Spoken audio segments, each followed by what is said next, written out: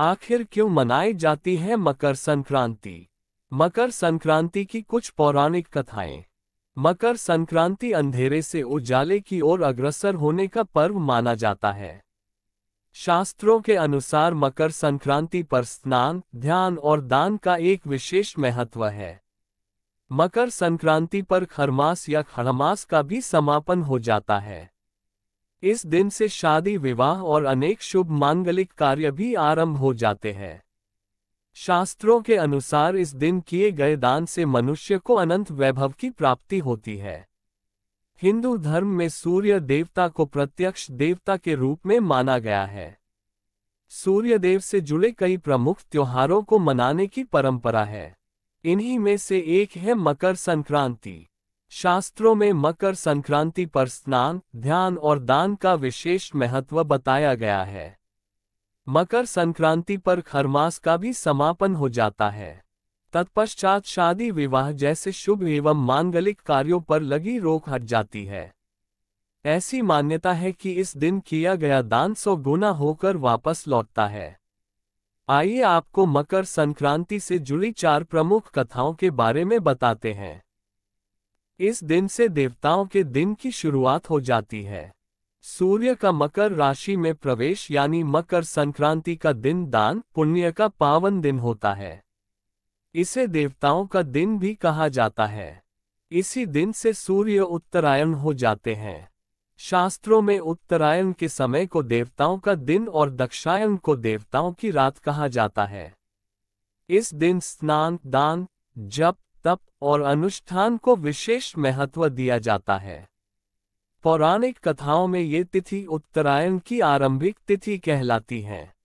इसी दिन पितामह भीष्म ने देह त्यागी थी। महाभारत काल में पितामह भीष्म को इच्छा मृत्यु का वर उनके पिता के द्वारा दिया गया था। भीष्म पितामह ने अपनी देह त्यागने के लिए मकर संक्रांति के दिन का ही चयन किया था।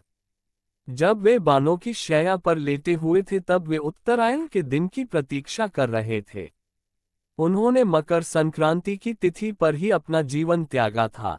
ऐसा कहते हैं कि उत्तरायण में देह त्यागने वाली आत्माएं देवलोक चली जाती है। इसके पश्चात उन्हें जन्म मृत्यु के चक्र से छुटकारा मिल जाता है। सागर में जाकर मिली थी गंगा। जब भगवान महादेव से निवेदन करके मां गंगा जी को भागीरथ जी ने स्वर्ग से अपने पूर्वजों की मुक्ति के लिए धरती पर लाने का आग्रह किया।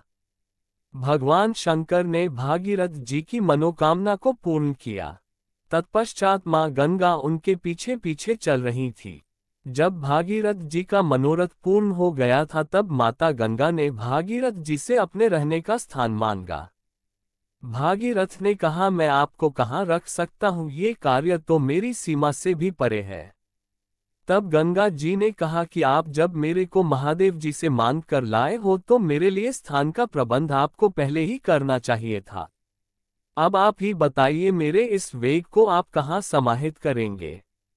अब मुझे स्थान देना भी आपका ही उत्तरदायित्व है। बहुत सोच समझकर भागीरथ जी जब कोई निर्णय न ले सके तो वे महर्षि कपिल मुनि के आश्रम गए। मां गंगा भी उनके पीछे पीछे कपिल मुनि के आश्रम के बाहर तक पहुंच गई। कपिल मुनि ने भागीरथ को बताया कि मां गंगा का वेग केवल सागर में ही समाहित हो सकता है, आप इनको सागर के मार्ग पर लेकर जाओ। तब मां गंगा भागीरथ जी के पीछे पीछे चलकर कपिल मुनि के आश्रम के पास से होती हुई दूर सागर में जाकर मिली थी।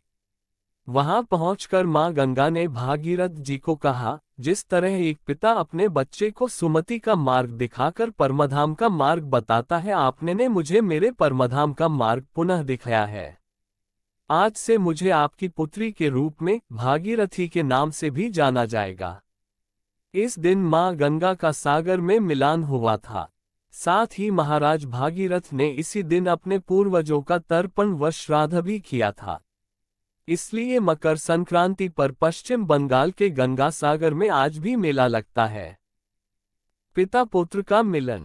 मकर संक्रांति का त्योहार इसलिए भी महत्वपूर्ण है क्योंकि इस दिन न्यायदाता भगवान शनि देव की ग्रह राशि में उनके पिता भगवान सूर्य देव का आगमन होता है, जहां पर वे 1 मास तक रहते हैं। इस समय सूर्यदेव अपने पुत्र शनिदेव का 1 मास के लिए आतिथ्य स्वीकार करते हैं। मकर संक्रांति के दिन शुभ मुहूर्त में स्नान के बाद अन्न, तिल, गुड़, गर्म वस्त्र व कंबल आदि गरीबों व किसी जरूरतमंद को दान करने से शनि और सूर्य देव की कृपा प्राप्त होती है। इस दिन सबसे पहले गंगा या फिर किसी पवित्र नदी में स्नान करना चाहिए। यदि आप गंगा स्नान नहीं कर पा रहे हैं तो घर पर ही नहाने के पानी में तिल और गंगाजल मिलाकर स्नान करना चाहिए। इसके पश्चात दान करें, इससे ग्रह दोष दूर होते हैं। मकर संक्रांति के दिन लोग गुड़ और तिल के बने व्यंजन भगवान को अर्पित करते हैं। तत्पश्चात उसे प्रसाद रूप में ग्रहण करते हैं। आप सभी को खेमानंद की ओर से मकर संक्रांति की अनंत शुभकामनाएं। ईश्वर आप सभी को वर्ष भर कुशल पूर्वक रखे।